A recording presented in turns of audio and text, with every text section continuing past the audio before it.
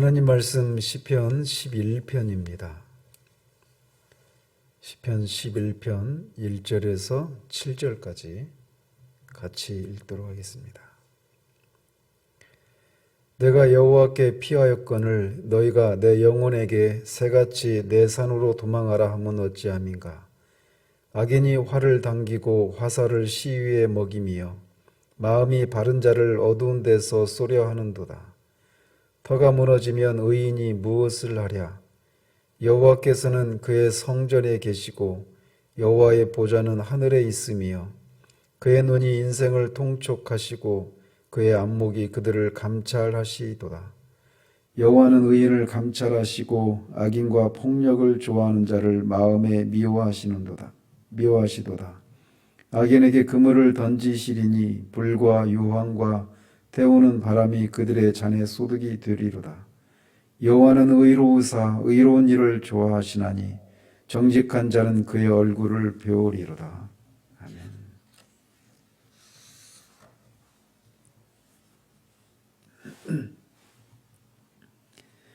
이 시는 다윗의 시입니다. 그가 정확히 어떤 상황에서 지은 시인지는 알 수 없지만 이 시를 살펴보면 이 두 악장으로 구분할 수 있는데 1절에서 3절까지가 첫 번째 악장이고 나머지가 두 번째 악장이라고 할 수 있습니다. 첫 번째 악장에서 다윗은 터가 무너졌다고 표현하는 그 위급한 상황에서 산으로 도망하라고 하는 도망치라는 친구들 혹은 모사들의 조언을 듣지 않고 하나님께 피합니다. 그리고 두 번째 악장에서는 여호와께 피한 시인이 거룩하고 의로우신 재판장이신 하나님께서 악인을 멸하시고 의인을 보호하실 것을 확신하면서 맺고 있는 여호와를 향한 신뢰시라고 할 수 있습니다. 보시면 내가 여호와께 피하였거늘 너희가 내 영혼에게 새같이 내 산으로 도망하라 하면 어찌함인가 이렇게 시작을 합니다. 시인이 지금 어떤 위급한 상황인지 정확히 알 수 없지만 어쨌든 산으로 피하라 또는 뒤에 터가 무너졌다라고 말하는 그런 위급한 상황에서 그가 취한 선택은 여호와께 피하는 것이었습니다. 여호와께 피하였거늘 이라고 할 때 그 피하였거늘이라고 하는 시제가 완료형으로 되어 있습니다. 즉 시인은 그 위급한 상황에서 어떻게 하지 하고 어떤 그렇게 있는 상황이 아니라 이미 여호와를 그의 피난처로 삼고 여호와께 피해 있는 상태입니다. 그런데 너희라고 부르는 일단의 사람들이 이 사람들이 친구들도 될 수 있고 그 조언을 해주는 그런 사람들이라고 할 수 있는데 그 사람들이 이 위급한 상황에서는 여호와께 피할 것이 아니라 새같이 네 산으로 도망쳐야 한다라고 그렇게 충고를 합니다.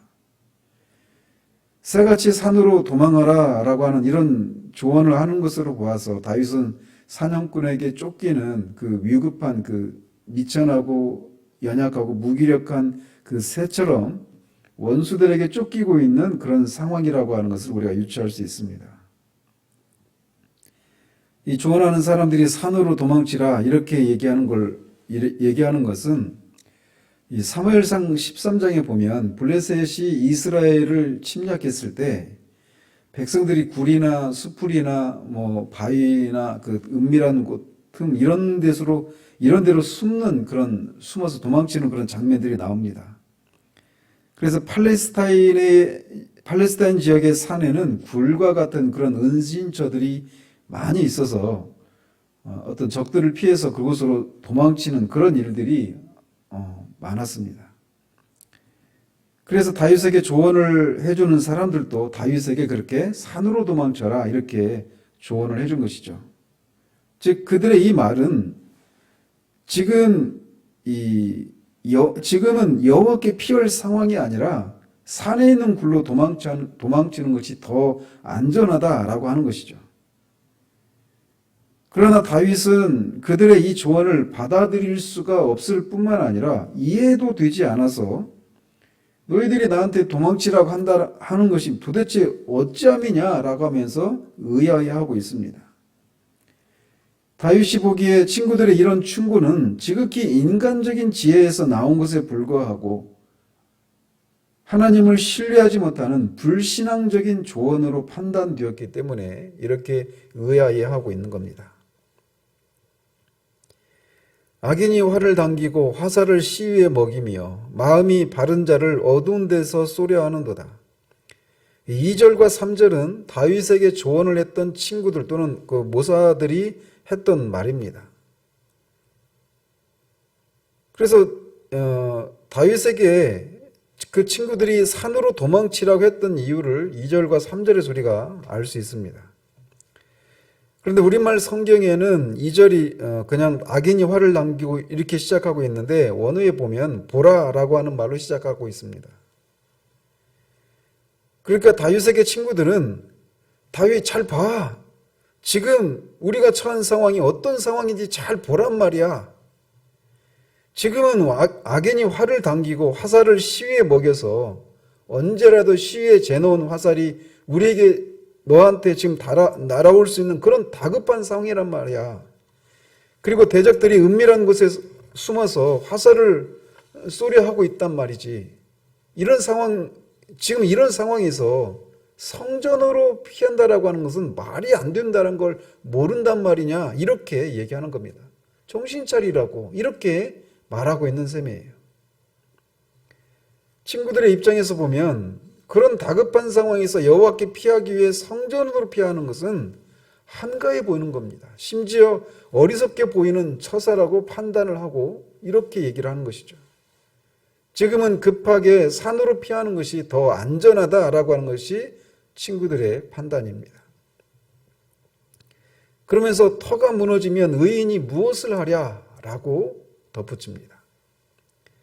말씀드린 것처럼 이 말은 시인에게 조언해주는 사람들이 다윗에게 하는 말이에요.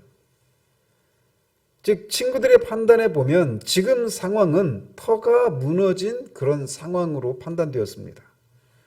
터가 무너진다라고 하는 것은 법과 질서가 다 무너져 있는, 그래서 극도의 혼돈과 폭동과도 같은 그런 상황을 가리킵니다. 그래서 친구들은 지금 그런 상황인데 그런 상황에서 의인이 무엇을 하랴 이렇게 묻고 있어요. 이것은 수사 의문문입니다. 이미 답을 알고 묻는 거예요. 그러니까 이거를 좀 그런 의미를 뉘앙스를 살려서 이렇게 다시 번역을 해보면 터가 무너져 있는, 법과 질서가 무너져 있고 극도의 혼돈과 이 폭동과도 같은 그런 상황 가운데 있는데 의인이 무엇을 하랴, 즉 이런 상황에서 의인들 무엇을 할 수 있겠느냐 이렇게 묻는 겁니다. 답은 의인도 이런 상황에서는 어떻게 할 수가 없다라고 말하고 있는 거예요. 그러니 지금과 같은 상황에서는 의인이라도 일단은 산과 같이 안전한 곳으로 피하는 것이 상책이라는 거죠. 이렇게 사회가 극도의 혼란과 폭동이 벌어지고 있는 상황에서 성전으로 피하는 것은 합리적이지도 않고 어리석은 것이다. 이게 친구들의 판단입니다. 친구들은 그런 상황에서 여호와께 피하는 이 시인이 그들의 눈에는 어리석고 상황 판단을 제대로 못하는 한심한 광신자처럼 보였던 거죠. 그러니까 터가 무너지면 의인이 무엇을 하랴 이 얘기는 결국 냉소적인 그런 시각을 가지고 시인에게 하는 말이라고 할 수 있습니다. 다른 때라면 모르겠는데 이렇게 터가 무너져버린 상황에서 하나님을 찾는다고? 하나님께 피하기 위해서 성전으로 피한다고? 이런 식입니다.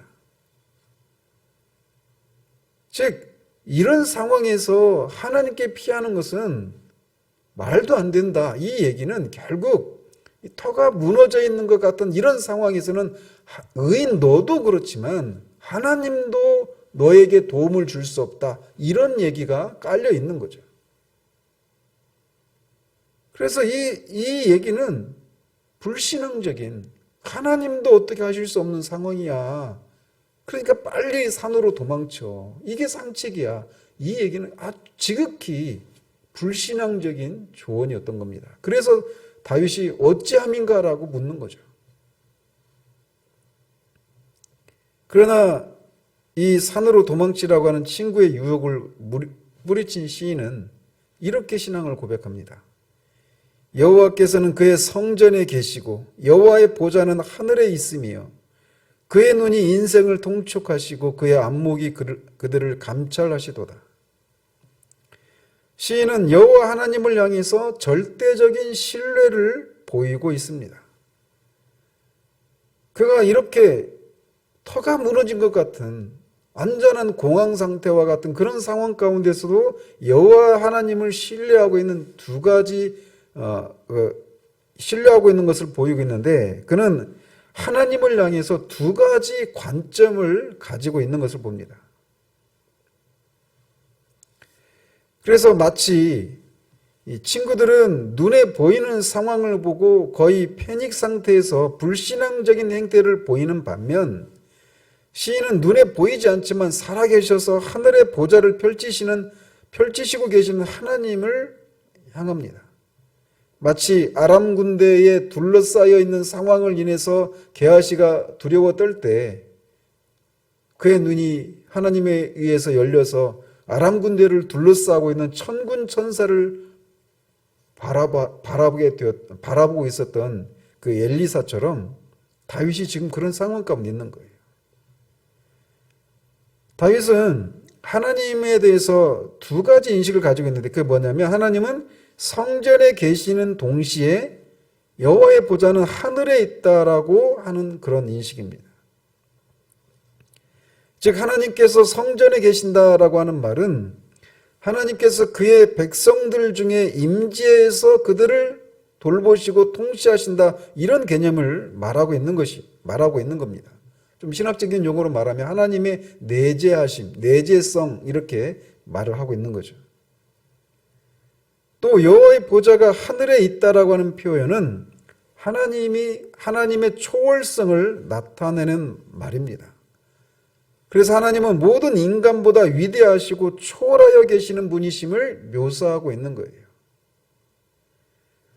땅에서 터가 무너져 있는 그 상황에서 그 상황을 초월해 계시는 하늘 보좌에 앉아 계신 하나님을 그가 동시에 인식하고 있는 거죠. 이와 같은 인식 하에서 다윗은 위기 중에서도 오직 여호와 하나님께 피하기로 결심을 합니다. 즉 다윗은 하나님께서 자기 백성 중에 임재하여 계시는 동시에 모든 인간들을 초월하여 계시는 분으로서 그 어떤 피난처보다도 가장 안전한 피난처가 되심을 깨닫고 이렇게 신뢰하고 있는 겁니다. 특히 여호와의 보좌가 하늘에 있다라고 하는 다윗의 인식은 위기 중에 그에게 큰 위안이 되었습니다. 왜냐하면 각 보좌라고 하는 것은 심판하고 통치한다, 이런 개념을 의미하고 있기 때문이에요. 그래서 하나님이 하늘 보좌에서 모든 하늘 아래에서 일어나는, 땅에 일어나는 모든 것들을 통치하고 계시고 심판하시고 제어하시는 일을 하고 계시다라고 하는 것을 의미하기 때문에 여호와의 보좌가 하늘에 있다라고 하는 이 다윗의 인식은 그에게 그 상황 가운데서 큰 위로가 될 수 있었던 겁니다. 그렇다면 하나님은 그 하늘 보좌에서 무엇을 하시기에 다윗이 이 하나님께 산으로 도망치는 것보다 여호와 하나님께 도망치는 것이 더 안전하다라고 생각을 했을까요? 그것은 하나님의 눈이 인생을 통촉하시고 그의 안목이 그들을 감찰하시는 일을 하고 계시기 때문입니다. 즉 하나님은 이 땅에서 일어나는 인간사에 대해서 속속들이 아시고 그것들을 통치하시고 옳고 그름에 따라 판단하시고 계시기 때문이다라는 거죠. 여호와는 의인을 감찰하시고 악인과 폭력을 좋아하는 자를 마음에 미워하시도다라고 말합니다. 하나님께서 하늘 보좌에서 인생을 통촉하실 때 의인과 악인을 구분해서 통촉하시는 일을 한다고 고백하고 있습니다.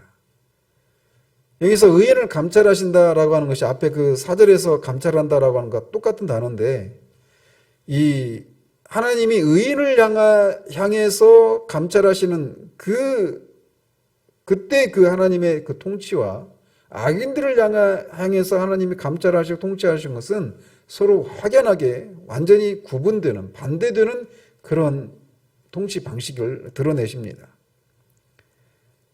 그래서 의인을 감찰하신다라고 말할 때 이 말은 의인을 단련하시고 세심하게 보호하신다, 이런 의미로 말을 하는 겁니다. 그렇지만 이에 비해서 악인과 폭력을 좋아하는 자는 하나님이 미워하신다라고 말을 하고 있어요. 그래서 먼저는 악인에게 하나님이 행하시는 일이 뭐냐? 악인에게 그물을 던지시리니 불과 유황과 태우는 바람이 그들의 잔에 소독이 되리로다. 그래서 하나님은 악인들에게 그물을 던지신다라고 말하는데 문맥상 하나님의 진노를 그들에게 내리신다라고 말하고 있는 겁니다. 그래서 마치 하나님의 진노는 소돔과 고모라에 내렸던 심판처럼 불과 유황과 그것이 막 더 크게 확장되도록 하는 태우는 바람을 그들에게 내리신다라고 말하고 있어요. 그들의 잔의 소득이 이것이라는 거죠. 악인들이 기대할 것은 바로 이런 하나님의 진노뿐이다라고 말하고 있는 겁니다. 그 얘기는 지금 시인이 악인에게 쫓기고 있는 상황이기 때문에 하나님이 그 악인들을 향해서 이렇게 심판을 내리시기 때문에 자신은 안전하다라는 거죠. 또 그의 안전이 더 이중적으로 더 안전한 것은 악인을 향해서는 그렇게 심판을 내리시면서 또 자신을 향해서는 구원의 은혜를 베푸시기 때문이다라고 마지막 절에서 고백하고 있습니다. 하나님은 의인을 다르게 대우하십니다. 왜냐? 여호와가 의로우신 분이시기 때문입니다. 여호와는 의로우사 의로운 일을 좋아하시나니 정직한 자는 그의 얼굴을 배우리로다. 여호와는 의로우신 분이시기 때문에 죄를 미워하시지만 의인을 향해서는 의로운 일을 행하시기 좋아하시고 문맥상 그 의인은 악인은 미워하시지만 의인은 사랑하신다라는 거죠. 그래서 정직한 자, 즉 의인은 하나님의 얼굴을 배울 것이다 라고 말합니다. 즉 터가 무너진 것 같은 위기의 상황에서 구원을 바라고 구원을 받고 하나님으로부터 안전하게 보호를 받게 된다. 이게 시인이 여호와를 신뢰하는 이유인 겁니다. 이것이 터가 무너졌는데 의인이라고 별 수 있느냐라고 하는 냉소적인 질문에도 시인이 하나님을 신뢰하는 이유입니다. 우리도 종종 터가 무너진 것 같은 삶의 위기를 만납니다. 바로 그때 우리의 신앙의 진면목이 드러나게 되어 있습니다. 많은 경우 그런 위기에서 우리는 다윗에게 조언했던 사람들처럼 지금 이 상황이 한가하게 여호와께 피하는 그런 신앙을 의지하고 그렇게 할 때냐, 이런 비아냥이 섞인 냉소적인 시각, 그런 어떤 말들을 듣기 쉽습니다. 어쩌면 저는 지금과 같은 상황이라고 봐요. 코로나 사태로 인해서 터가 무너져 있는 그런 상황이란 말이죠. 그리고 우리나라는 그래도 방역을 제대로 하고 있는 상황이니까 크게 와닿지 않을 수도 있어요. 물론 개인적으로는 그런 위기를 맞고 있는 분들도 분명히 계시지만 전체적으로 볼 때 말이죠. 어제 그 두바이에서 온 그 아는 동생이랑 통화를 했는데 거기는 확진자가 하루에 1,000명이 넘는데요. 서울만한 크기의 그 나라에서 확진자가 1,000명이 넘게 나온대요.